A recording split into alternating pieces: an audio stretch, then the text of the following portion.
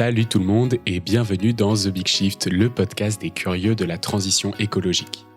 Noël, c'est une fête de partage, alors cette année, j'avais envie de vous partager l'émission d'un copain podcasteur, C'est Soif de Sens, animé par Pierre. Il parle parfois d'écologie, comme ici, mais aussi de solidarité et de féminisme, et toujours avec de la joie, et ça fait plaisir. Aujourd'hui, je vous recommande 2 épisodes pour commencer à l'écouter. Serais-tu ami avec un SDF avec Jean-Marc Potvin ? C'est un échange qui va changer votre regard sur les sans-abri, je vous assure. Et le deuxième dont je voulais vous parler, c'est la pureté militante avec Lucie Lucas. C'est un sujet qu'on a un peu abordé avec Mamad dans un épisode de fin d'année, mais ici il est repris en profondeur avec cette actrice et d'une façon vraiment étonnante. L'épisode que vous allez écouter aujourd'hui, c'est aucun de ces deux-là, c'est un épisode avec Lamia Essemlali, la directrice de Sea Shepherd France. J'ai trouvé qu'on l'écoutait comme on pourrait lire un roman d'aventure avec des premières minutes absolument exaltantes. J'ai appris plein de choses, comme la forte différenciation qu'on fait entre les animaux et les poissons, qu'on évoque en tonnes plutôt qu'en nombre, en stock plutôt qu'un individu, le manque d'empathie qu'on a à cause du silence et du manque d'expression faciale que les poissons ont. Je m'y attendais pas, mais j'ai été très touché. J'espère que ça vous plaira autant qu'à moi et je vous souhaite une bonne écoute de Soif de Sens dans The Big Shift. Studio. Serais-tu prêt à risquer ta vie pour une baleine ? Mon invité, oui.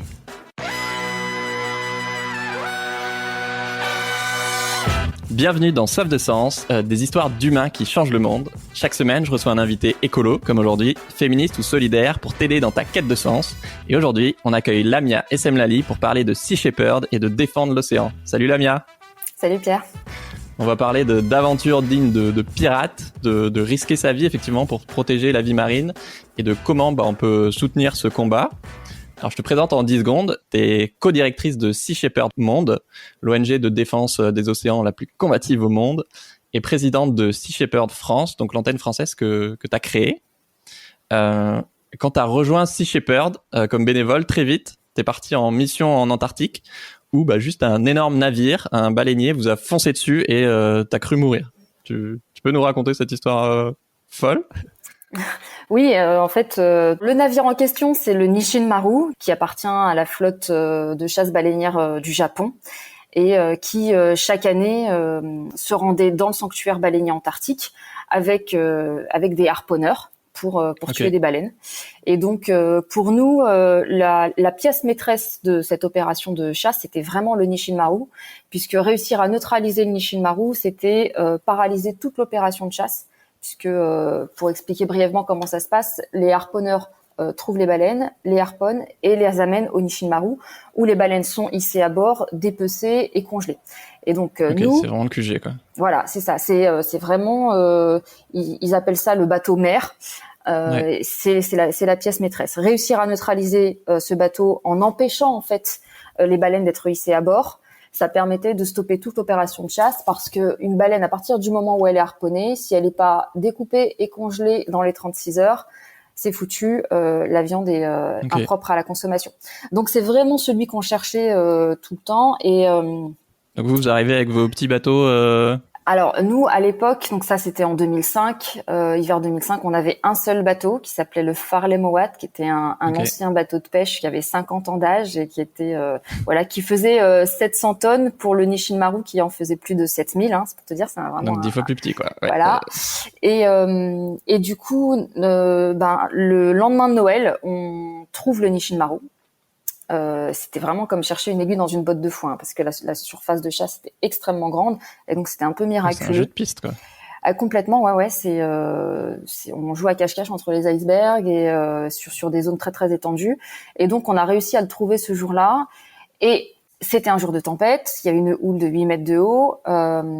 Et en fait, c'est énorme. C'est vraiment. Et puis surtout de se dire qu'on est au bout du monde, c'est-à-dire qu'il y a aucun secours nulle part. Donc en plein océan austral. Enfin c'est loin de tout. Et là, l'objectif, c'est de lui barrer la route. Donc Paul à ce moment-là dit on se met en plein milieu sur sa trajectoire. Donc, Paul, c'est le fondateur de Sea Shepherd. Oui, le capitaine Paul Watson, donc qui a fondé Sea Shepherd. Et donc là, c'est un peu le petit pousset qui se met sur la route d'un. Moi, je serais pas très serein. En fait, il y a une conjonction de facteurs, et des circonstances qui font que effectivement, c'était extrêmement impressionnant parce que ce navire est colossal, parce qu'on est à cet endroit-là du monde isolé de tout, et parce qu'en plus l'océan est déchaîné et qu'on est en pleine tempête.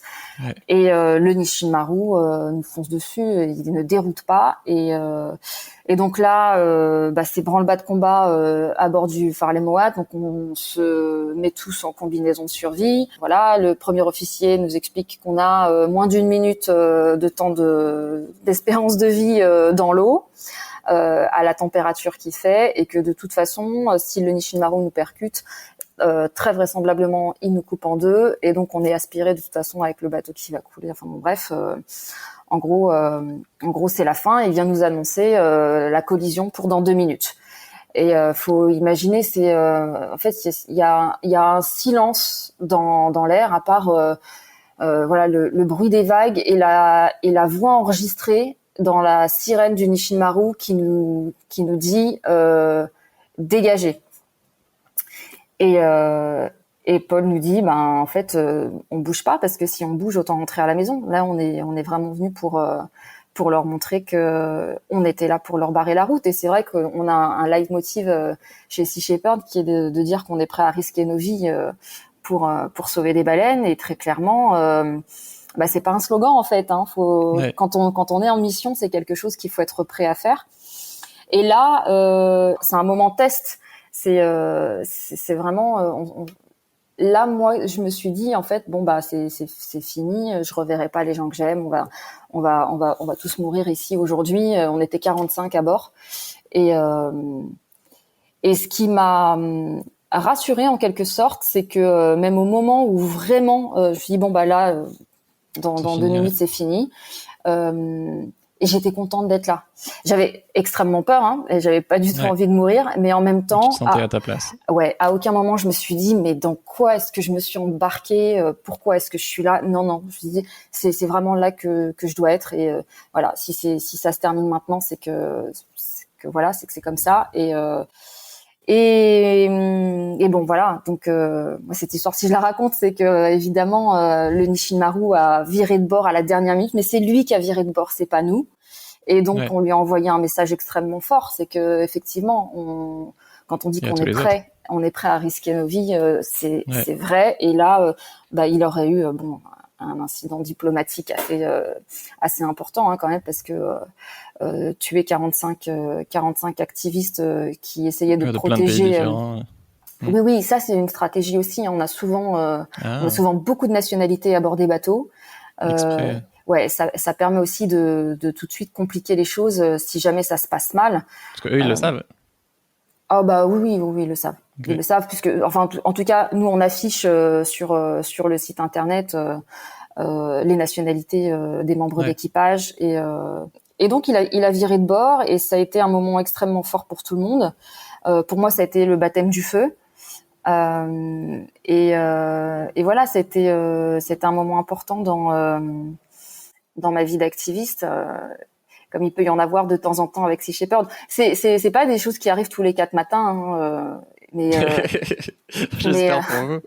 Mais très clairement, il y a un facteur risque dans les campagnes de Sea Shepherd, parce que on s'oppose à des gens qui n'ont pas forcément de scrupules, qui a un sentiment d'impunité, et donc parfois en face de nous, les gens n'ont pas de limites. Donc bon, là, il n'a pas été au bout, heureusement, mais voilà, c'est vrai que de toute façon, quand on embarque sur une campagne, on signe un papier qui dit qu'on a connaissance du fait que dans le cadre de la mission, on peut éventuellement être amené à risquer sa vie, et que c'est en connaissance de cause qu'on embarque. Voilà. Mais tu dis avec humour qu'au moment où tu croyais qu'il allait vous rentrer dedans, c'est vachement plus simple de signer des pétitions quand même. Ouais, c'est vrai, je me souviens avoir pensé ça. Bon, c'est vrai, quand tu signes une pétition en ligne, stop au massacre des baleines, c'est vachement plus simple. Mais voilà, encore une fois, pour moi, c'était très important et révélateur sur moi-même de me dire que je me suis sentie à ma place à ce moment-là, et ça c'était très important aussi pour la suite. Ouais. Es-tu prête à risquer ta vie pour une baleine? Effectivement, c'est la question que t'avait posée Paul Watson, le fondateur de Sea Shepherd, du coup, avant cet épisode du navire qui vous fonce dessus. Est-ce que tu peux nous raconter pourquoi à 26 ans t'es allé lui parler à la fin de cette conférence où tu as rencontré et comment t'as réagi à cette question surprenante, effectivement? Es-tu prête à risquer ta vie pour une baleine? Oui, alors c'est donc cette fameuse rencontre avec Paul Watson en 2005 à Paris où il donne une conférence. Donc Sea Shepherd n'existait pas en France, Paul n'était pas très connu, mais ce jour-là, moi j'entends un discours qui résonne en moi vraiment comme voilà, il y a un écho très très fort. Je me reconnais complètement dans ses propos, dans sa façon d'aborder l'activisme, dans son rapport au vivant. Je ne savais pas en fait qu'il y avait quelqu'un qui pensait comme ça, puis surtout qui agissait de cette façon-là. Enfin, j'ai vraiment eu le sentiment d'avoir trouvé chaussure à mon pied, puisque j'étais un peu engagée avant ça avec Greenpeace ou WWF. Donc c'est des ONG qui ont pignon sur rue quand on s'intéresse à l'écologie, mais c'était vraiment, j'avais ce sentiment d'être là-dedans à défaut d'autre chose. Et c'est vrai que pour moi, Sea Shepherd, c'était vraiment ce qui correspondait aussi à mon tempérament, à ma philosophie, à mon état d'esprit. Et donc, à la fin de cette petite conférence, j'ai été voir Paul et je lui ai dit, moi, j'adore ce que vous faites. Ça me correspond. J'ai envie d'apporter ma pierre à l'édifice. Comment est-ce qu'on fait pour vous rejoindre? Et donc là, il m'a dit, si tu es prête à risquer ta vie pour une baleine, postule. Et moi à ce moment-là, j'avais jamais vu de baleine de ma vie, hein. Mais j'étais intimement convaincue et persuadée que oui, j'étais prête à risquer ma vie pour sauver une baleine. Instantanément. Ah ouais, c'était une évidence pour moi en fait. Et donc ça faisait des années en fait que pour toi l'être humain n'était pas une espèce supérieure aux autres, quoi. En fait, c'est justement là, c'est vraiment la question centrale, c'est que depuis toute petite, je n'ai jamais compris cette hiérarchie qu'on peut faire dans la valeur de la vie. C'est-à-dire que, j'ai jamais compris pourquoi finalement la souffrance d'individus d'autres espèces avait moins d'importance que la nôtre. Pour moi, tout ça est très important, et le respect et la compassion ne se limitent pas à notre espèce, sinon il n'a pas de sens pour moi. Et donc quand j'étais petite, je l'interprétais pas comme ça, mais du coup j'étais déjà profondément biocentrique en fait, ou antispéciste. Et donc et c'est pas pour autant que dans ma vie de tous les jours, j'adaptais un comportement en adéquation avec ça, hein, puisque j'ai mangé des animaux jusqu'à assez tardivement, jusqu'à mes 25 ans. Et donc voilà. Mais ce sentiment d'injustice en fait envers le reste du vivant, je l'ai toujours ressenti depuis toute petite. Et je me souviens, par exemple, c'est une anecdote, mais je me souviens que j'ai mis des années à regarder le film Gorille dans la brume avec Diane Fossé, parce que j'appréhendais en fait la façon dont ça allait me toucher. Pourtant, voilà, j'avais jamais vu de gorille de ma vie, mais je savais que ça allait profondément me perturber. Ça a été le cas d'ailleurs quand je l'ai enfin regardé. Et le fait de me dire que les gorilles sont en train d'être exterminés, ça pouvait m'empêcher de dormir la nuit, et pourtant j'en avais jamais vu.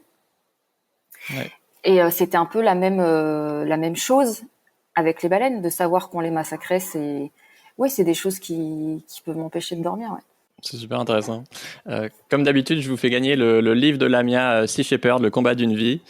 Pour participer au concours, dis-nous un truc que tu retiens de cette vidéo en commentaire sur YouTube, sur Insta, ou en laissant un avis sur Apple Podcast. Après, je voulais te demander, je pense que la plupart des gens ont l'impression que bientôt, quand il y aura plus de poissons dans l'océan, en fait, on arrêtera juste de manger du poisson. Sauf que ça se passe pas tout à fait comme ça. Pourquoi est-ce que si les océans meurent, on meurt avec? Oui, alors c'est vrai qu'on parle les scientifiques des Nations Unies qui estiment que d'ici à 2048, on pourrait être confronté à un effondrement des pêcheries commerciales. bon, Demain. Voilà, déjà, effondrement des pêcheries commerciales, ça parle pas forcément aux gens, ou alors ils vont comprendre ça comme il y aura plus de poissons au menu au resto ou à la poissonnerie. En fait, c'est autrement plus grave que ça. Faut comprendre qu'en fait, on parle beaucoup du climat aujourd'hui. Le premier organe de régulation du climat, c'est l'océan. En fait, on ne peut pas parler du climat sans parler de l'océan. Et ce qui régule le climat, ce qui absorbe le dioxyde de carbone et ce qui produit l'oxygène qu'on respire, c'est pas cette masse d'eau salée, c'est la vie marine.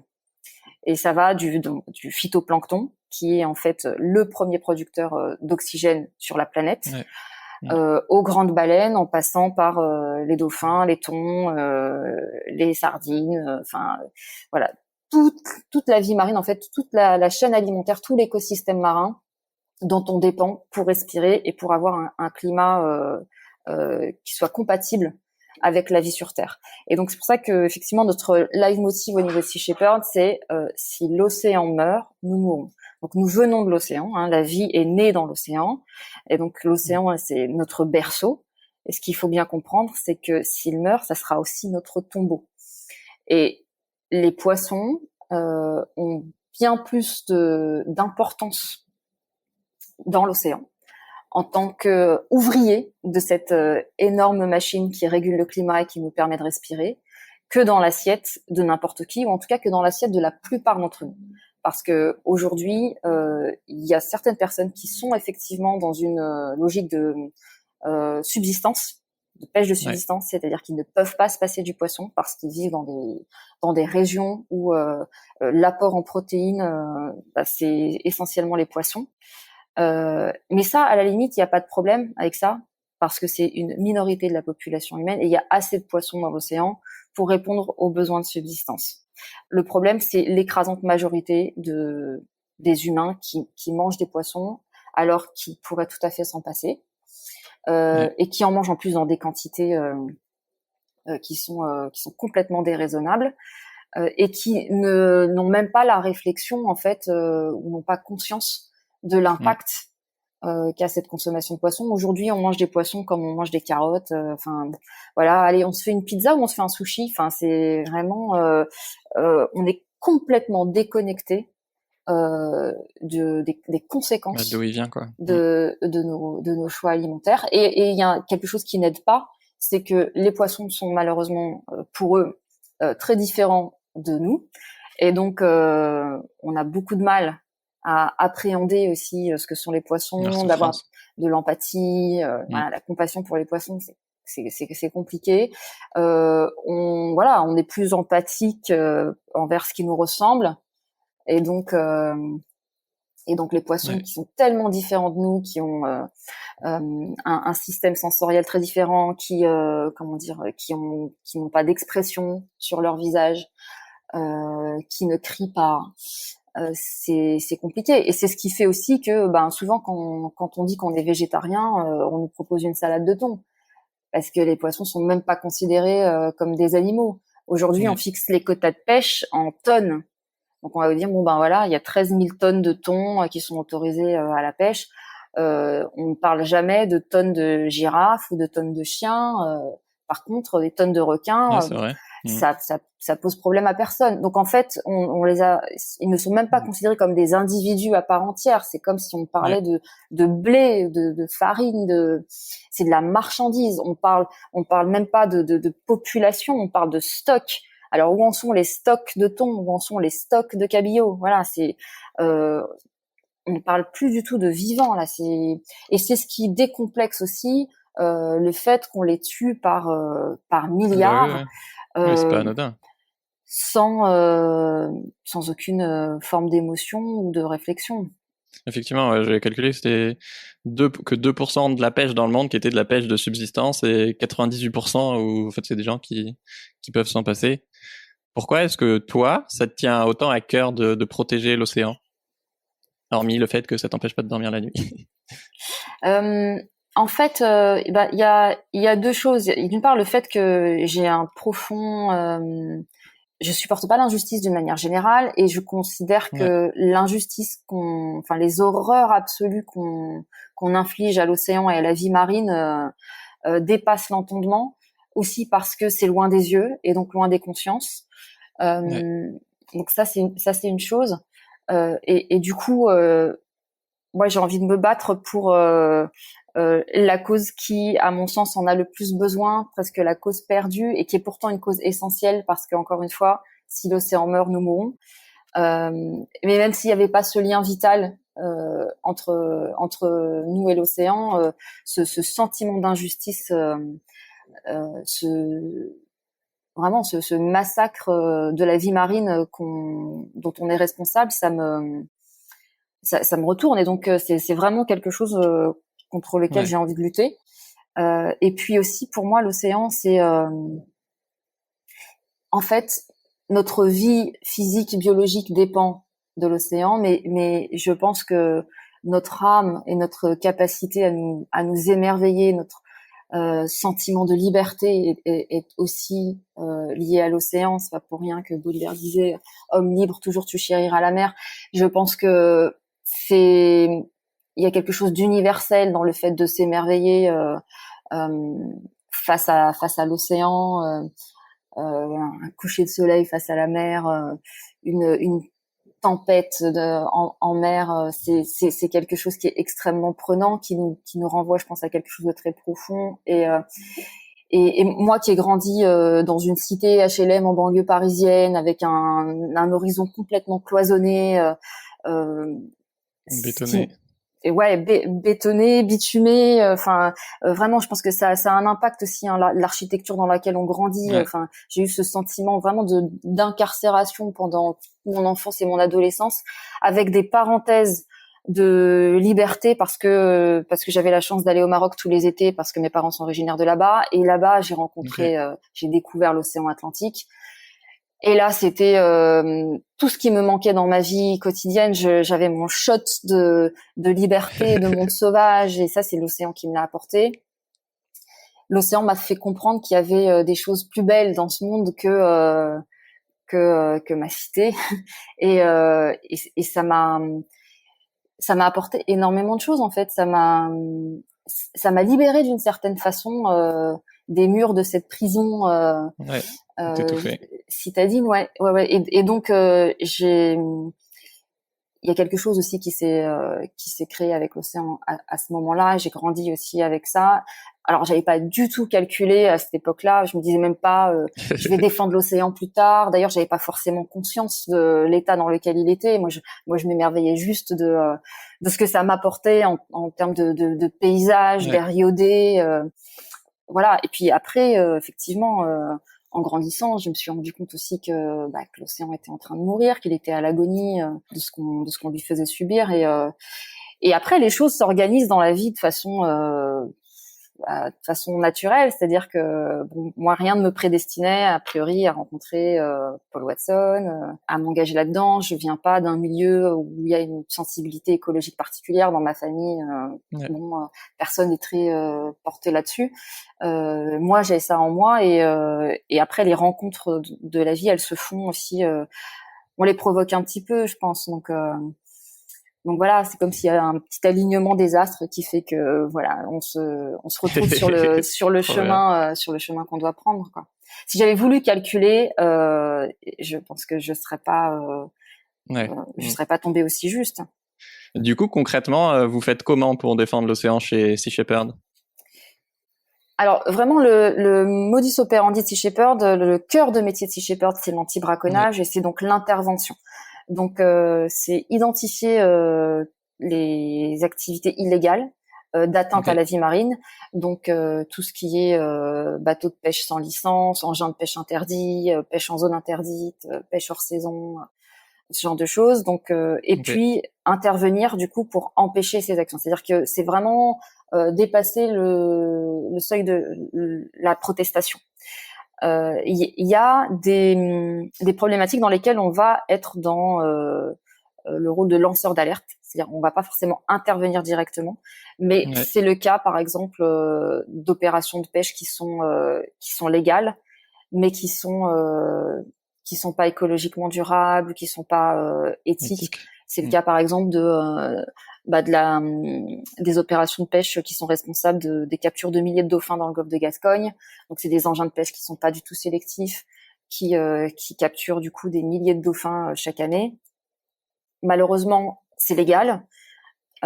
C'est absolument pas durable, c'est pas acceptable.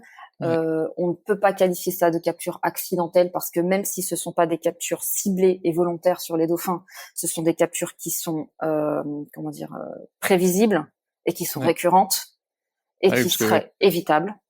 Je racontais que forcément quand il y a un filet de pêche, les dauphins ils sont attirés par les poissons qu'ils mangent et souvent ils se retrouvent piégés dedans et j'ai appris effectivement en préparant l'interview que effectivement c'est pas des poissons, que eux ils sont en apnée pendant 4-5 minutes et qu'en fait ils meurent super lentement asphyxiés dans les filets alors que c'est même pas eux qu'on vient pêcher à la base, quoi.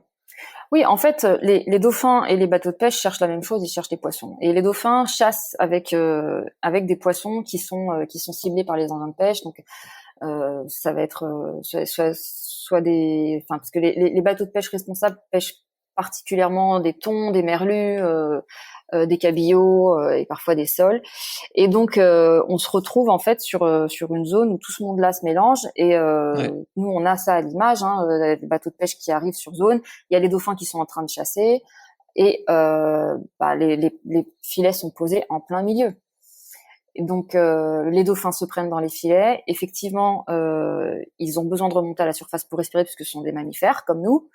Et du coup, ils se débattent. Souvent, ils se blessent. C'est pour ça que sur les cadavres de dauphins, on voit souvent des entailles plus ou moins profondes parce que les filets en nylon sont extrêmement solides et donc ils entaillent la chair des dauphins quand ils essaient de s'en libérer. Okay. Et ils finissent malheureusement par mourir d'asphyxie. Donc les scientifiques appellent ça la mort par agonie en profondeur. C'est une mort extrêmement lente et douloureuse. Les dauphins ne meurent pas noyés parce qu'en fait ils ferment leur évent, ils respirent par les vents, ils ferment leur évent et en fait donc il y a pas d'eau qui rentre. Par contre ils ont plus d'oxygène. En fait ils ont les vaisseaux capillaires des poumons qui explosent littéralement. Et c'est pour ça qu'on a des hématomes, enfin des hémorragies internes sur les poumons qui sont très visibles lors des autopsies. Parfois, on les voit même à travers la peau des dauphins quand on les voit sur les plages. Et donc, c'est une mort extrêmement, extrêmement douloureuse et lente. Et ils sont des milliers à subir ce sort chaque année. Et ça, c'est lié directement aux engins de pêche qui sont pas sélectifs et qui pêchent beaucoup trop et qui répondent en fait à une demande en poisson qui ne fait qu'augmenter. La consommation de poissons a doublé en 50 ans, que ce soit en France ou au niveau international. Ouais. Et donc on pêche trop et de façon pas suffisamment sélective. Et le problème, c'est que encore une fois, les gens qui mangent des poissons font pas le lien entre le poisson qui est dans leur assiette et l'impact que ça peut avoir sur le milieu marin. Donc on s'émeut quand on voit qu'il y a des dauphins ou des baleines qui meurent. Mais en fait, aujourd'hui, la première menace qui pèse sur la survie des mammifères marins, c'est la pêche. Avant la pollution plastique, avant le changement climatique, c'est la pêche et c'est donc le poisson qui est dans nos assiettes. Ouais. Donc évidemment, c'est avant tout un problème collectif et systémique, mais effectivement aussi au niveau individuel, concrètement, quand on mange du poisson, des sushis ou autre, on participe souvent à ce genre de choses, entre autres. Toi, tu dis que tu as toujours adoré les animaux, et pourtant, justement, tu en as mangé toute ta vie. Qu'est-ce qui a changé? Enfin, toute ma vie, non, parce que ça fait 15 ans que j'ai arrêté quand même. Oui, pardon. Pendant 25 ans. J'espère qu'il me reste encore un peu de temps. Oui, j'en ai mangé jusqu'à mes 25 ans. Après, j'ai arrêté, ça coïncide à peu près avec... Mais quand j'ai rejoint Sea Shepherd, je mangeais encore de la viande et du poisson. Voilà. Donc, c'est pour dire. Et pourtant, effectivement, j'ai toujours adoré les animaux, aussi loin que je m'en souvienne. Mais voilà, j'étais dans une forme de dissonance cognitive qu'on partage tous. On est nombreux en tout cas à partager. Il y a beaucoup de gens qui adorent les animaux, qui seraient incapables de tuer un agneau et qui pourtant mangent de l'agneau. Ouais, mais c'est marrant ce que tu dis parce qu'effectivement, pour la viande, autant on fait vachement la déconnexion. Tu vois, on va parler de poulet et pas de poule, de viande et pas d'animal, alors que pour les poissons, on parle vraiment de poissons. Mais c'est vrai qu'on fait quand même la déconnexion. Et je trouvais que ce que tu disais sur le fait que ils sont moins humanisés, voilà, ils peuvent pas crier leur souffrance, il y a pas des expressions faciales, j'avais jamais pensé, mais c'est évident que du coup on a moins d'empathie, quoi. énormément moins d'empathie, ouais, c'est compliqué. Et du coup, c'est aussi pour ça qu'il y a des gens qui arrêtent de manger de la viande parce que ils ont pris conscience de la chose et que finalement, bon, soit ils ont vu des images d'abattoirs qui les ont horrifiés, soit ils ont pris conscience que la surconsommation de viande en termes d'impact écologique, changement climatique, c'était catastrophique et donc ils ont arrêté. Et par contre, ils se rabattent sur le poisson. Combien j'en entends qui disent bon, bah, je mange plus de viande, mais voilà, du coup, je mange un peu plus de poisson. Je me suis rabattue sur le poisson et c'est terrible parce que à la fois d'un point de vue éthique et environnemental, c'est pas du tout la solution de remplacer la viande par le poisson. Mais c'est aussi pour ça que les dauphins ont un rôle important parce qu'ils ont au moins cet avantage d'avoir un gros capital sympathie. Ouais, complètement. C'est une espèce charismatique et donc alerter sur le sort des dauphins, qui est directement lié à la pêche, ça permet aussi d'alerter sur le sort aussi des espèces de poissons dont tout le monde se fiche malheureusement beaucoup. C'est compliqué de sensibiliser sur le sort des sardines ou des merlus. Par contre, c'est vrai que quand on fait des expositions de cadavres de dauphins en centre-ville, par exemple, c'est ce qu'on fait pour faire un électrochoc, réveiller un peu les gens sur la chose. Ils sont très souvent choqués de voir ces dauphins dans cet état-là. Et du coup, ça les fait réfléchir et souvent on les entend, je vais revoir ma consommation de poisson. Et si on leur dit juste, bon, vous savez, population de merlus se porte pas très bien, c'est plus difficile quand même de. Ouais.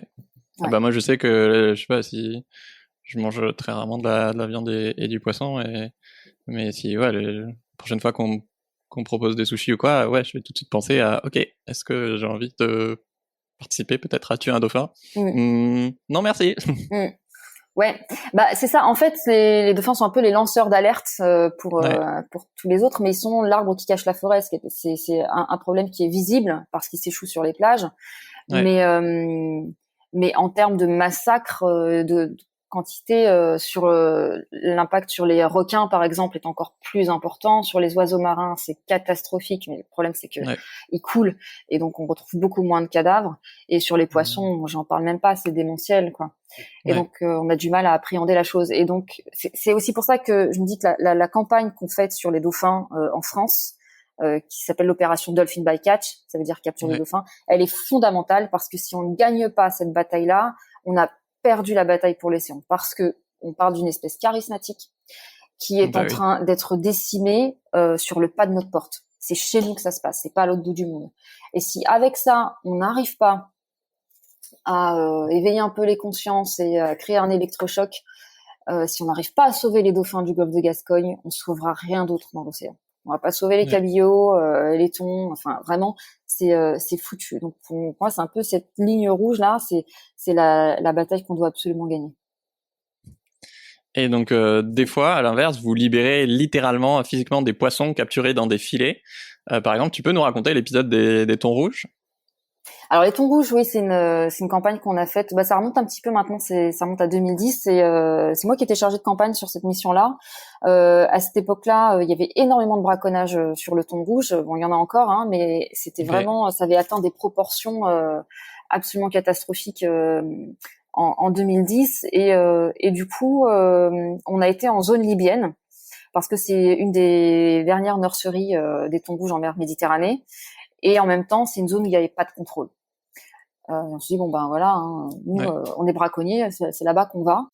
Et du coup, on a trouvé donc des navires qui étaient en train de remorquer des sortes d'énormes cages dans lesquelles il y avait des centaines de thons rouges. On avait estimé à peu près 800 thons rouges qui avaient été braconnés en eau libyenne.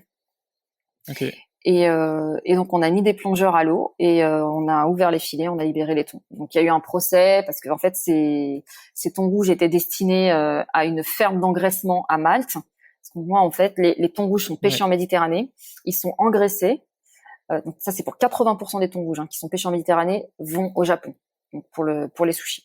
Et donc ils sont engraissés dans des fermes comme il peut y en avoir à Malte, en Espagne, en Croatie. Pendant des mois, ils sont engraissés et ensuite ils sont tués et envoyés au Japon. Et donc, le talon d'Achille de toute cette opération, c'est pendant le remorquage des thons sur leur lieu de capture jusqu'aux fermes, parce que c'est très très lent. Et donc c'est là qu'on est intervenu nous sur ces thons qui avaient été braconnés. Et donc bref, la ferme d'engraissement à Malte qui s'estimait propriétaire des thons nous a poursuivis en justice. Ils ont perdu. Et ils ont dû nous rembourser nos frais d'avocat, etc. Donc, ils demandaient un dédommagement de 150 000 € pour le filet qu'on a endommagé. Et non, et plus d'1 million d'euros pour le manque à gagner, parce que alors ce qu'il faut savoir, c'est que la tragédie des thons rouges, c'est que ils ont atteint des sommes complètement folles sur le marché japonais. Et donc voilà, il y a un thon rouge qui s'est vendu plus de $1 million.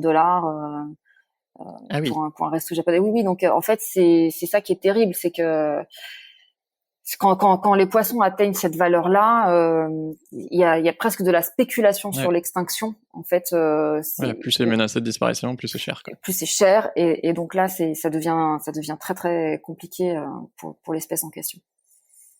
Mais ça doit être jouissif du coup de couper les filets.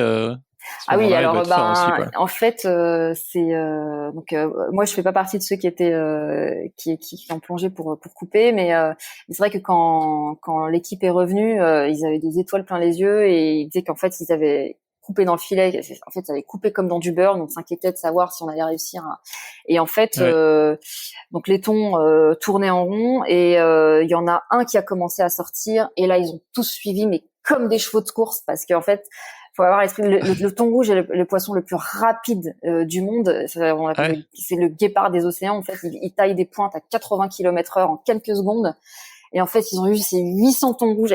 C'est des animaux massifs, hein, vraiment. Ils peuvent faire 1,50 m. Enfin, c'est vraiment des gros animaux. Et de voir comme ça ces 800 thons rouges qui sont partis pleine balle. Ils sont revenus, ils avaient les larmes aux yeux, quoi. C'était vraiment très très fort. C'est fort, ouais. Je trouve effectivement ce qui est très inspirant dans votre action, tu le dis, c'est que c'est de l'action directe, quoi. Quelque chose nous révolte, on l'empêche, point barre, quoi. On n'est pas en train de supplier un élu ou une entreprise d'agir, quoi. Alors quand c'est des actions comme ça, oui, mais ça arrive aussi. Pour ce qui est Dolphin Bycatch, par exemple, là pour le coup, tu vois, on est dans une campagne qui est fondamentale, qui est urgente et en même temps qui est très frustrante parce que là, on essaie vraiment de faire bouger les lignes pour faire évoluer la loi. Et ça prend du temps. Et en même temps, le temps est un luxe que le vivant n'a pas. Hein. Donc, chaque année qui passe, c'est des milliers de dauphins qui meurent. Et donc, on aimerait pouvoir, on est sur le terrain, empêcher les choses d'arriver. Et pour ça, c'est pas possible. Et donc, c'est vrai que sur des missions où on est lanceur d'alerte, il faut s'armer de patience. Et c'est vrai que ça fait du bien quand on est sur des missions d'action directe et d'intervention, parce que là on a les résultats. T'arrêtes de te sentir impuissant, quoi.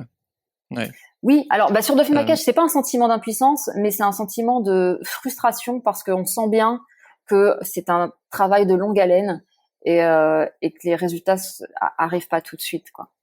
En mer, quand vous approchez de bateaux de pêche dont vous documentez les pratiques parfois illégales, régulièrement vous faites insulter, des fois tirer dessus au paintball, souvent menacé de mort, voire effectivement foncer dessus. Pourquoi est-ce que les pêcheurs ils sont aussi agressifs et violents avec vous ? Ouais, alors c'est vrai que ça arrive. Il y a des pêcheurs qui n'ont pas du tout envie de voir les bateaux de Sea Shepherd sur zone. Et en fait, le problème de certains pêcheurs, c'est qu'ils considèrent que l'océan est à eux. C'est un milieu qu'ils exploitent il y a une sorte de confusion où ils se pensent propriétaires de la zone. Et donc quand on a commencé cette campagne de Dolphin Bycatch, au départ ils nous disaient même mais qu'est-ce que vous faites là ? Ils appelaient le sémaphore en disant mais ils n'ont pas le droit d'être là. L'océan est un lieu public et à tout le monde. Ils n'ont pas la propriété de l'océan. On n'est pas dans leur jardin. Il y a vraiment un sentiment d'impunité énorme, quoi. Un sentiment vraiment d'appropriation, c'est à eux et surtout ils n'ont pas l'habitude d'être observés comme ça de l'extérieur. Nous on estime qu'en fait ils exploitent, ce sont des chasseurs. Hein. Ce sont des chasseurs appliqués au milieu marin. Ce sont pas des agriculteurs parce que parfois on les entend dire oui on est comme des agriculteurs, on produit, la pêche ne produit rien. La pêche se sert, la pêche capture. Et le pêcheur n'est pas un agriculteur, il ne récolte pas ce qu'il a semé. Il vient, il capture, il prend. Les agriculteurs, les maraîchers de l'océan, c'est les baleines, les dauphins qui boostent le phytoplancton avec leurs excréments, qui contribuent justement à faire vivre tout cet écosystème, qui permettent de booster les populations de poissons dont ils se nourrissent, etc. Eux, ce sont des maraîchers. Nous, on est uniquement des prédateurs, on vient, on se sert, on est une pièce rapportée dans l'écosystème marin, et c'est quelque chose qu'il faut surtout pas oublier. Et il y a une chose, c'est que les pêcheurs ont l'habitude d'être tranquilles en mer, sans avoir de compte à rendre, en tout cas certainement pas au grand public et aux ONG, et donc ils n'ont pas l'habitude d'être surveillés comme on peut le faire. Mais le problème justement, c'est que la pêche n'est pas assez surveillée en mer. Ça devrait pas être à vous de le faire, quoi. C'est là que le bas blesse. Si on le fait, c'est parce qu'il y a des lacunes au niveau de l'État français. C'est l'État français qui devrait le faire. D'ailleurs, la France a écopé de plusieurs millions d'euros d'amende au niveau européen pour le laxisme de ses contrôles en mer. Et la mer, c'est vraiment c'est très facile de faire des choses de façon impunie. Il y a très peu de surveillance, très peu de témoins et très peu de sanctions, parce que même dans les rares cas où il y a contrôle et où il y a sanctions, les sanctions sont dérisoires et donc elles sont pas dissuasives. Donc voilà. Mais pour en revenir à ce que tu disais, c'est vrai que certains sont très agressifs, pas tous. Pas tous, il y en a qui tolèrent notre présence, et maintenant on a pris l'habitude aussi de montrer aussi les fois où ça se passe bien, parce que c'est vrai que on montre beaucoup les fois où on est agressé. Oui, ça peut être caricatural. Il y a eu effectivement des tirs de paintball, des manœuvres d'intimidation, des menaces, des insultes, etc. Mais il n'y a pas que ça. Il y a aussi des fois où ça se passe bien, et je pense que c'est important de montrer que ça peut aussi bien se passer. Il y en a qui nous tolèrent. Voilà. Après, je pense que dans ce milieu-là, il y a clairement des brebis galeuses, et il y a un ménage à faire au niveau des pêcheurs. Je pense que eux-mêmes le savent très bien, et ils accusent parfois Sea Shepherd de détériorer leur image, mais nous, on n'invente rien, on ne fait que montrer ce qui se passe, et à eux de faire le ménage dans leur rang. Et il y a une chose aussi qu'ils doivent absolument intégrer, c'est que ils nous doivent la transparence. Parce qu'ils ont un impact. Aujourd'hui, c'est ce que je disais tout à l'heure, la pêche est la première menace qui pèse sur l'océan dont nous dépendons tous pour notre survie. Donc, les pêcheurs ont un devoir de transparence sur leur activité. Ouais. Même si ça justifiera jamais, évidemment, de vous foncer dessus et potentiellement vous tuer parce qu'on est au milieu de l'océan. Dans quelle mesure est-ce que c'est des pêcheurs qui ont des jobs précaires, ou tu travailles de nuit, t'es payé une misère, loin de ta famille, enfin bref, ils ont beaucoup à perdre. Et est-ce que c'est eux les vrais coupables? Bon, ils sont pas payés une misère. Ça, faut arrêter avec le mythe. Ils sont très bien payés. La plupart des pêcheurs gagnent beaucoup plus que la moyenne des Français. Je pense que si on voyait les fiches de paye des pêcheurs, les gens seraient étonnés. Donc, c'est pas l'image d'Épinal du petit pêcheur qui trime pour nourrir difficilement sa famille. Non, c'est très bien payé. C'est des métiers difficiles physiquement. Ça, il y a pas. Il n'y a pas à redire là-dessus. C'est des métiers qui sont physiquement difficiles.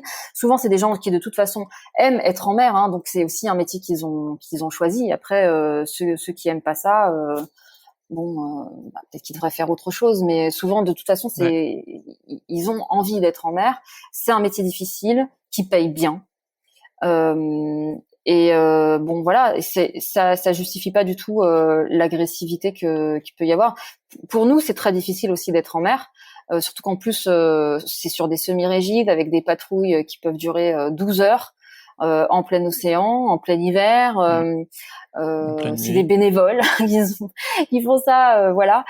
Et donc, si tu veux, pour ce qui est de la pénibilité, nous au niveau des missions de Sea Shepherd, on connaît. Et on le fait sans être payé, donc en tout cas pour la plupart, puisque 90% des équipes sont bénévoles. Donc la pénibilité, voilà, c'est quelque chose dont on a conscience, qu'on respecte, mais c'est pas non plus ce qui va justifier quoi que ce soit. Nous, on est sur des campagnes qui sont extrêmement physiques, pénibles, exigeantes, et on le fait pour protéger l'océan. Et donc voilà. Uniquement dans le golfe de Gascogne, tu dis on pose 45 000 kilomètres de filets de pêche chaque jour, donc c'est l'équivalent du tour du monde. Plus généralement, comment est-ce que les gens qui nous écoutent peuvent prendre conscience de l'ampleur de la boucherie, quoi? Comment toi t'en as pris conscience? Ah ouais, c'est compliqué parce que encore une fois, ça se passe loin des yeux. Si on appliquait l'équivalent à terre, les gens seraient horrifiés. Faut imaginer des forêts qui sont bardées de fils barbelés, qui capturent absolument tout ce qui passe. Ouais. Enfin, les filets de pêche sont devenus une véritable plaie dans l'océan. Ça représente d'ailleurs, les engins de pêche représentent 40% des macro-déchets plastiques dans l'océan. On parle beaucoup de pollution Ouais, plastique, c'est alors pour le énorme. coup, les engins de pêche, c'est énorme. Prendre conscience des choses, en fait, il faut rapporter des images. Ouais. C'est des images qui sont difficiles à obtenir parce que voilà, nous les images de dauphins capturés dans les filets qu'on a pu récupérer, c'est au terme de nombreuses nuits de patrouille parce qu'il y a énormément de bateaux de pêche et que nous on a un voire deux bateaux et à chaque fois c'est la loterie. Mm. Donc on sait que toutes les nuits il y a des dauphins qui sont capturés, mais il faut tomber sur le bon bateau. Ouais. Et donc Et comment toi t'en as pris conscience? j'en ai pris conscience en me documentant, en regardant un peu les études scientifiques qui souvent sont très très alarmantes, mais qui malheureusement sont assez indigestes pour le grand public. Et donc, faut réussir Ouais. aussi à traduire ça en langage percutant pour que les gens Ouais, en émotion. saisissent. Voilà. Et en même temps, en étant en mer aussi, c'est vrai que ça aide beaucoup.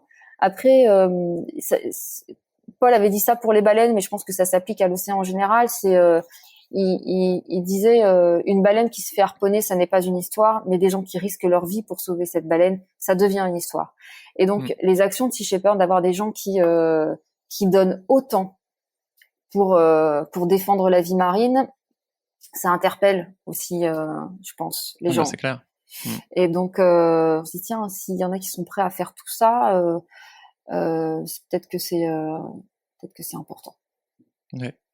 À l'origine, justement, Paul Watson, c'est un des cofondateurs de Greenpeace, et sa vie a basculé lors de sa rencontre avec un cachalot. Qu'est-ce qui s'est passé? Oui, alors il était donc sur un Zodiac de Greenpeace et en fait il slalomait entre un navire baleinier russe et un groupe de cachalots. Et en fait, il essayait d'empêcher le navire de tuer les cachalots. Et malheureusement, le baleinier a quand même tiré le harpon qui est passé au-dessus de sa tête et qui s'est planté dans la tête d'un cachalot qui était à côté. Et le cachalot a, comment dire, il était blessé et en fait l'embarcation de Paul était sur un petit Zodiac, donc était dans l'eau et le cachalot est arrivé et s'est dressé à angle droit face au Zodiac. Et en fait, tout le monde sait, tous ceux qui connaissent un peu les baleines, c'est qu'une baleine blessée, c'est extrêmement dangereux parce qu'elle peut, elle va. Puis elle est 10 fois plus grosse que le bateau, quoi. Elle est 10 fois plus grosse et puis surtout, il s'est mis en position de les engloutir. Et ce que raconte Paul avec beaucoup d'émotion, c'est que au moment où ce cachalot s'est dressé à angle droit au-dessus du Zodiac, il a eu un échange de regards avec le cachalot. Ils se sont regardés dans un moment, je pense que le temps s'est arrêté. Et Paul explique que à ce moment-là, ce qu'il a vu dans le regard de ce cachalot, c'est la compréhension. Il dit, en fait, ce cachalot a compris ce qu'on était en train d'essayer de faire. Il a compris qu'on avait essayé de le sauver. Et il dit, au lieu de se laisser tomber sur nous comme il avait visiblement prévu de le faire, au prix d'un ultime effort, il a reculé et il s'est laissé couler dans l'eau. Et il dit, j'ai vu son regard disparaître sous l'eau dans une mare de sang. Et il dit, ce cachalot m'a épargné, il m'a sauvé la vie et je me sens éternellement redevable envers les baleines depuis. Et donc, il a décidé de dédier sa vie aux baleines à partir de ce jour-là. Waouh. Ok. J'hésitais à te demander de la raconter parce que je trouvais que ça faisait un peu presque surfait et mignon, mais quand tu la racontes, c'est vraiment très, très puissant. Non, c'est en fait ce qui est incroyable, c'est que moi j'ai entendu Paul raconter cette histoire des dizaines de fois et à chaque fois, tu sens qu'il la revit comme le jour où c'est arrivé. C'est extrêmement fort quand on l'entend raconter ça et tu comprends à quel point ça a changé sa vie. Ouais. Une autre histoire digne d'un film chez vous, c'est celle du Thunder. vous avez poursuivi ce bateau pendant 110 jours. D'habitude, c'est plutôt eux qui peuvent vous foncer dessus, mais là, c'était l'inverse. C'est quoi l'histoire? Le Thunder, c'est un navire braconnier de l'Égine australe. La Légine australe, c'est un poisson qu'on appelle l'or blanc aux États-Unis parce que ça se vend extrêmement cher. C'est un poisson des grands fonds. Il y a il y avait en tout cas énormément de braconnage de la Légine australe, donc c'est en Antarctique, justement parce que c'est un poisson qui se vend très cher. Et en fait, il y avait une flotte de braconniers qu'on appelait les Sea Bandits, qui étaient connus d'Interpol, qui braconnaient en Antarctique. Et donc, on a décidé d'aller les chercher et de cibler en premier lieu le plus connu de tous, qui était recherché par Interpol depuis 10 ans, qui s'appelait le Thunder. Et donc, avant de partir, je me souviens qu'on nous disait, que ce soit les autorités ou d'autres, non mais oubliez, vous ne trouverez jamais. Ça fait 10 ans qu'Interpol le cherche, etc. On est parti en Antarctique, donc il y a eu une semaine de traversée pour arriver sur la zone. Une fois sur la zone, qui est quand même assez vaste, on l'a trouvé en 2 jours. Voilà. Donc on l'a trouvé en 2 jours. Parce que vous êtes trop fort ou coup de bol? C'est une conjonction de facteurs. On a eu des informations qui nous ont aidés et puis on y a été malgré ce que nous disait tout le monde que ça servait à rien et que c'était illusoire. Voilà. Et donc quand on l'a trouvé, il avait 70 kilomètres de filet dans l'eau. Donc on avait 2 bateaux, le Bob Barker et le Sam Simon. Donc le Sam Simon s'est occupé de récupérer le filet dans l'eau. Et alors là, ça a été pendant plusieurs jours l'équipage qui a remonté le filet. C'était une course contre la montre parce que chaque minute que ce filet passait dans l'eau, il capturait des animaux. Et donc en remontant le filet, malheureusement, il y avait des animaux qui étaient déjà morts dedans, des dauphins. Mais eux, ils voyaient pas que vous étiez en train de prendre leur filet? Il a pris la fuite en fait quand on est arrivé. Et le Bob Barker s'est occupé de le suivre. Donc à lui, dès qu'on est arrivé, donc il a abandonné son filet. Il a abandonné son filet et il est parti. Et donc parce qu'il savait qu'il oui, complètement. Donc l'équipage du Sam Simon s'est occupé donc de récupérer le filet et l'équipage du Bob Barker s'est occupé de poursuivre le Thunder. Donc en fait, ce qui s'est passé, c'est que on l'a poursuivi donc depuis l'Antarctique, en passant ensuite par l'Afrique du Sud, le Cap de Bonne-Espérance et en remontant le long de la côte ouest africaine. Ça a duré 110 jours.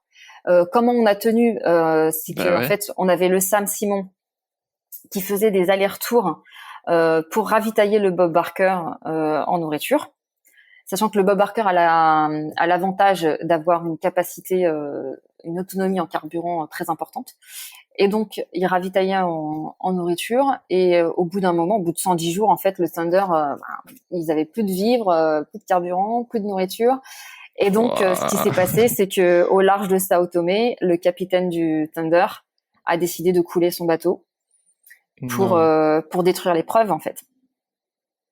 Donc vous avez pas pu filmer si on a un manque de bol pour lui en fait. Un bateau comme ça coule pas en 5 minutes. Donc en fait il avait ouvert toutes les portes du bateau et puis donc il a laissé entrer l'eau de mer par la vanne d'arrivée d'eau de mer et du coup le temps que le bateau coule, on s'est quand même introduit à bord. On a récupéré les ordinateurs, filmé toutes les cales avec toutes les légines. Vous êtes monté dans le bateau qui était en train de couler? Oui.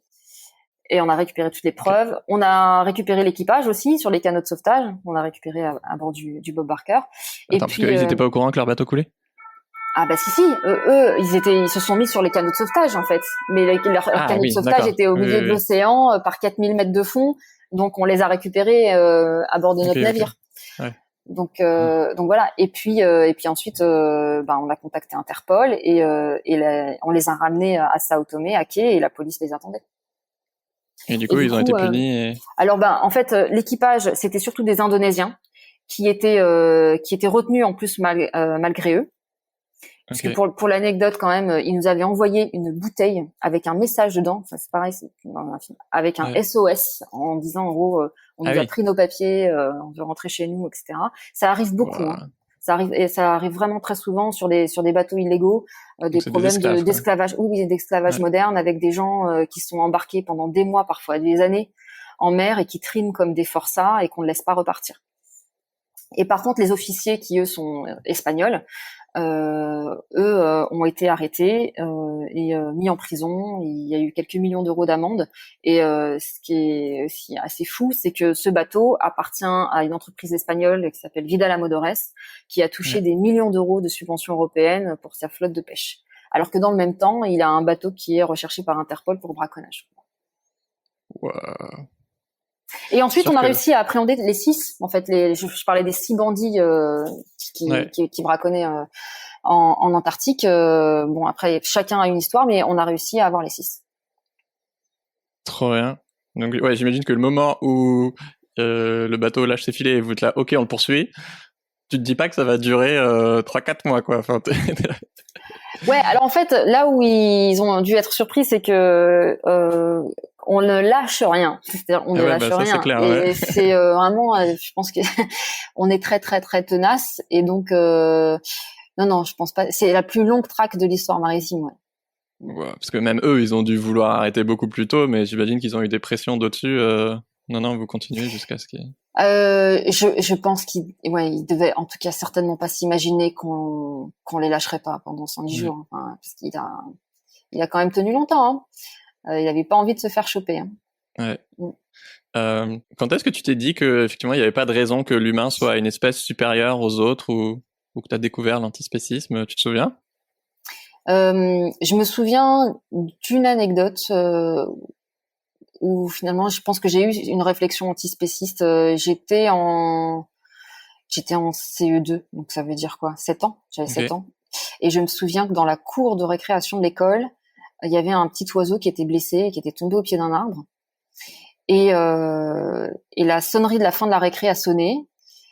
Et tout le monde est rentré en classe et tout le monde avait l'air de s'en fiche un peu. Et moi, je me souviens que j'avais envie d'aider cet oiseau, j'avais pas envie de rentrer en classe et de faire comme si de rien n'était. Et mon esprit est resté avec lui. Et je me souviens que je me suis dit, mais pourquoi tout le monde s'en fiche en fait? Parce que c'est un oiseau et que finalement, parce que c'est un oiseau, on s'en fiche. Si ça avait été l'un d'entre nous, on n'aurait pas cette indifférence-là. Et donc, je comprenais pas qu'on n'essaye pas de l'aider, en fait. Ouais. J'ai énormément de respect pour votre travail parce que vous déplacez le curseur de la radicalité. Pour moi, c'est un compliment d'être radical. Et effectivement, on est en train de détruire la vie sur Terre et on a besoin de moyens d'action plus radicaux. Et donc, vous avez un impact direct qui est évident, mais je pense que vous avez aussi un énorme impact indirect qui est d'ouvrir un imaginaire de résistance que beaucoup de gens imaginent même pas, en fait. Oui, alors c'est vrai parce que, tu vois, moi, quand j'ai rencontré Paul et que j'ai commencé à prendre connaissance de son histoire, de ses actions, je me suis dit, ce mec fait des choses que je pensais être impossibles. Ouais. Et ce que j'ai aimé, c'est que, par l'exemple, il m'a montré que c'était possible. Et en ça, il est toujours d'ailleurs une énorme source d'inspiration. Et j'aime énormément ça. Et c'est vrai que Sea Shepherd, par ses actions, peut inspirer les gens et repousser les limites de ce qu'on croit être possible. Et ça, c'est très très important à mon sens. Par rapport à la protection des océans, comment la situation a changé ces dernières années? C'est quoi les évolutions en bien ou en mal? Alors, en bien, il y a l'amorce d'une prise de conscience. On est encore loin du compte, hein, mais voilà. Et mais du côté de la détérioration, ça va très très vite, malheureusement. Ouais. C'est la course contre la montre s'accélère, quoi. Ouais, vraiment. Et en fait, on se rend davantage compte à quel point on est, on est très tardif et on est près du mur quand on a conscience aussi du degré de destruction. Ce que je veux dire par là, c'est que moi, quand je lis les récits historiques des marins du XVIIe, du XVIIIe, etc., et je vois en fait la vie qui était dans l'océan à cette époque-là. Quand je lis que sur la façade atlantique française, les bateaux devaient s'arrêter pendant des jours pour laisser passer les baleines, je me rends compte à quel point on a déjà tout détruit. Parce qu'aujourd'hui, quand tu as une baleine qui s'approche de la côte, tu as un article dans la presse locale. Ouais. tu vois. Et avant, il y avait des saumons dans la Seine, tu vois. Les homards étaient considérés comme le plat du pauvre, parce que voilà, c'était un gros insecte. Aujourd'hui, c'est devenu un mets de luxe. En fait, aujourd'hui, l'océan qu'on est en train d'essayer de sauver n'est que l'ombre de lui-même, n'est que l'ombre de ce qu'il était. Et ce que je trouve très grave, c'est qu'on n'a pas cette mémoire-là. On parle souvent du devoir de mémoire en histoire pour ne pas reproduire les erreurs et les atrocités du passé.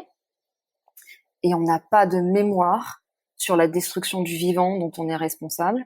Et donc, on part à chaque fois de zéro. C'est-à-dire que le point zéro, c'est ce qu'on connaît nous. Et donc, on n'a pas conscience qu'en fait, il y a déjà tellement qui a été détruit. Il y a des espèces qu'on a déjà exterminées, qu'on ne connaîtra jamais. Où il y a des espèces qui sont très rares aujourd'hui, qui étaient abondantes auparavant. Et comme on n'a pas ce comparatif, eh ben c'est très difficile de comprendre à quel point notre impact il est déjà très très fort, et à quel point on a déjà tellement détruit, et à quel point ce qu'on essaye de sauver aujourd'hui, c'est le dernier bout de la peau de chagrin, quoi. Et je trouve ça marquant à quel point ton discours il est objectif et du coup clair, enfin très déprimant, et qu'en même temps il y a cette combativité énorme au même niveau, quoi. Alors, parce que pour moi, en fait, je ne me berce pas d'illusions, je ne veux pas avoir de hier, et je ne veux pas que, je veux pas d'espoir inconsidéré. Mais en même temps, pour moi, l'activisme et le fait d'agir et sa place dans ce monde, elle doit pas dépendre de notre degré d'optimisme ou de pessimisme. Disons que quand on a conscience de ce monde qui s'effondre à cause de nous, on a un devoir. Moi, j'estime en tout cas que j'ai un devoir moral de tout faire pour essayer d'enrayer cette destruction, aussi parce que je fais partie de cette espèce qui est responsable de cet effondrement du vivant. Et j'aime beaucoup cette phrase d'une activiste américaine qui s'appelle Alice Walker, qui dit l'activisme est le loyer que je paye pour le privilège d'habiter cette planète. Voilà. On n'est pas des héros, on ne fait pas quelque chose d'extraordinaire. Moi, j'estime qu'en fait, on fait notre devoir. Je ne conçois pas de ne pas le faire, en fait. Mais c'est pas forcément en le faisant exactement comme nous on le fait d'ailleurs. Aller risquer sa vie, aller en mer.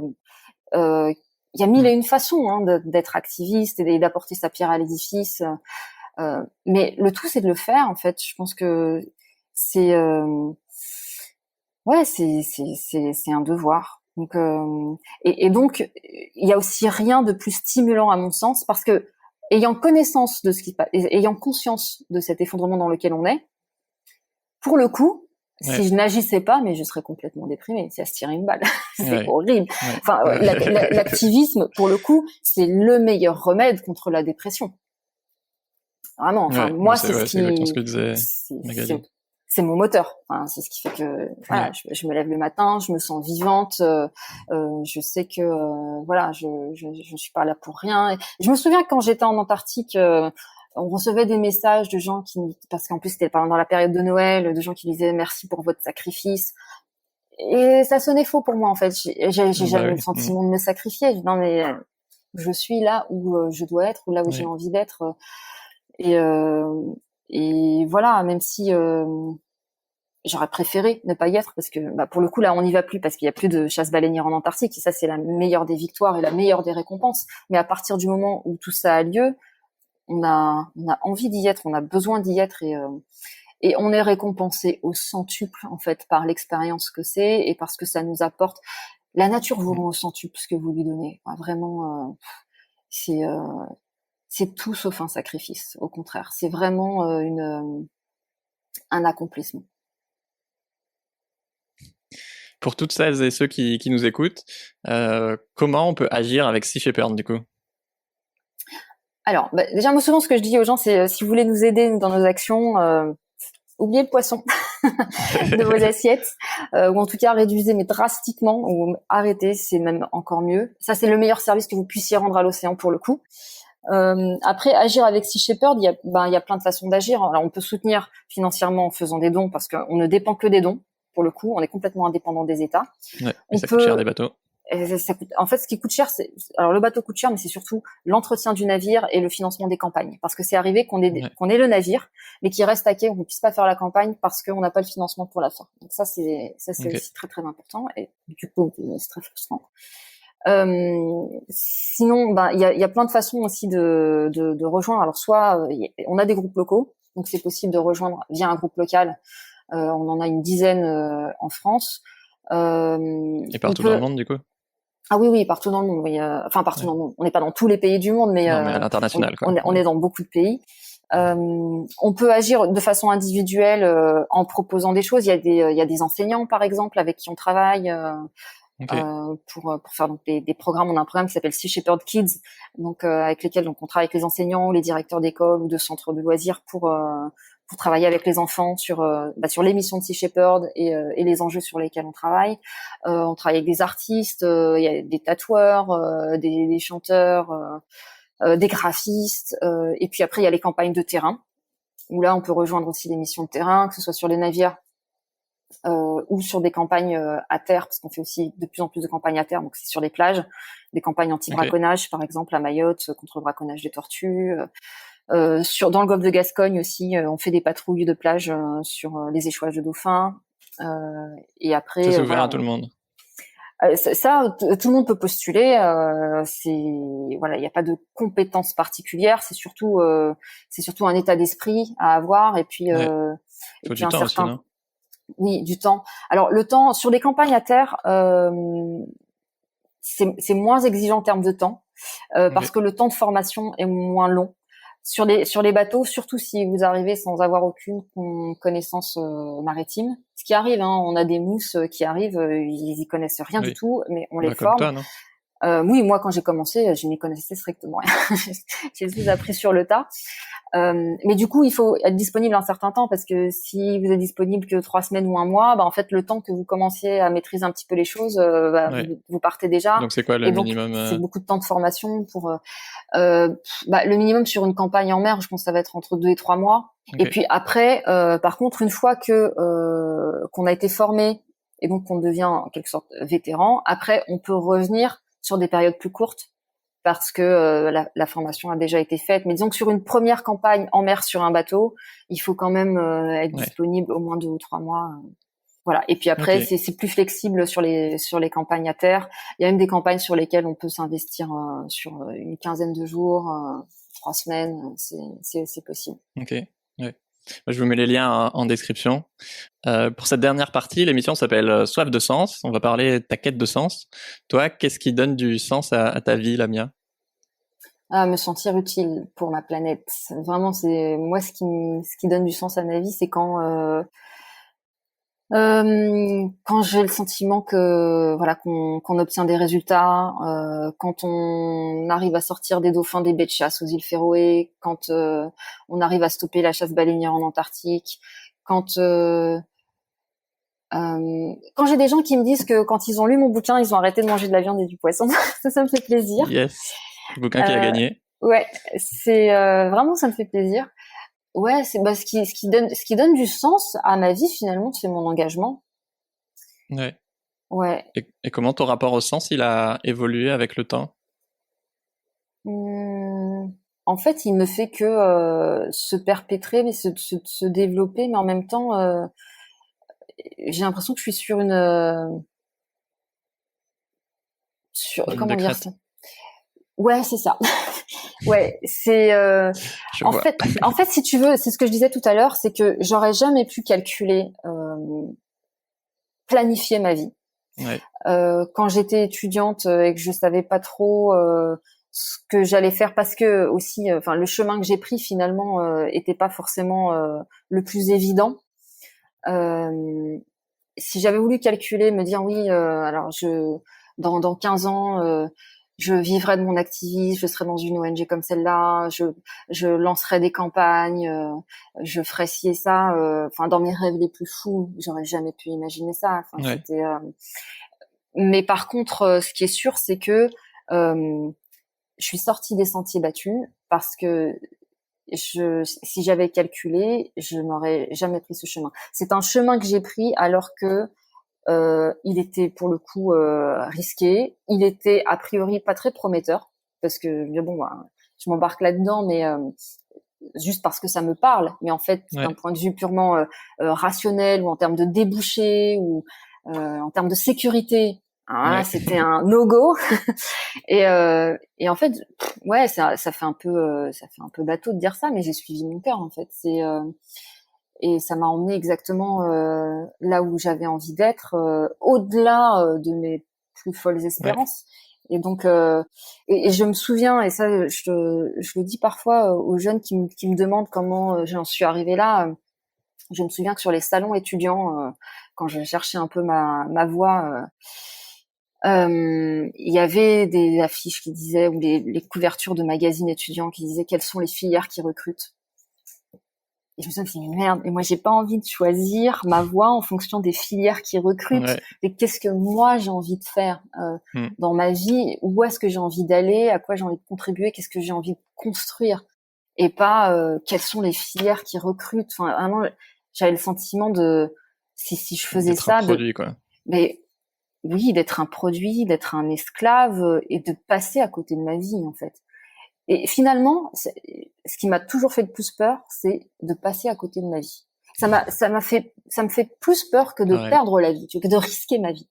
Voilà. Passer à côté de ma vie, pour moi, c'est encore plus déprimant et effrayant que de risquer sa vie. Et donc voilà, je me suis écoutée, quoi. Merci Lamia, c'était ultra inspirant. Je vous mets les liens de Sea Shepherd en description si vous voulez faire des dons ou les rejoindre. Si toi aussi qui nous écoutes ça t'a plu, je te conseille l'épisode avec On est prêt sur l'écologie et leur nouvelle campagne pour protéger les animaux sauvages. Et si tu veux plus d'épisodes avec des militants badass comme Lamia, abonne-toi et partage cet épisode avec un ami, ça m'aide beaucoup et tu gagneras peut-être le livre de Lamia. Ciao tout le monde. Salut, merci Pierre. Ciao. C'est la fin de cet épisode de The Big Shift. J'espère qu'il vous a plu et que vous en avez retiré quelque chose pour votre vie quotidienne. C'est ça le plus important. C'est beaucoup plus simple de parler du sujet sensible de l'environnement quand ses amis ou sa famille sont vraiment informés. Alors partagez le plus possible The Big Shift, ça aidera tout le monde. Et si vous avez des questions, des sujets que vous souhaitez qu'on aborde, des invités que vous voulez entendre, ou tout simplement que vous voulez qu'on discute de cet épisode, envoyez-moi un message sur LinkedIn. The Big Shift est produit par Echoes Studio. Si vous avez un projet audio, contactez-nous sur www.echoes.studio. Merci d'avoir écouté jusqu'au bout. Je vous retrouve très bientôt pour un nouvel épisode.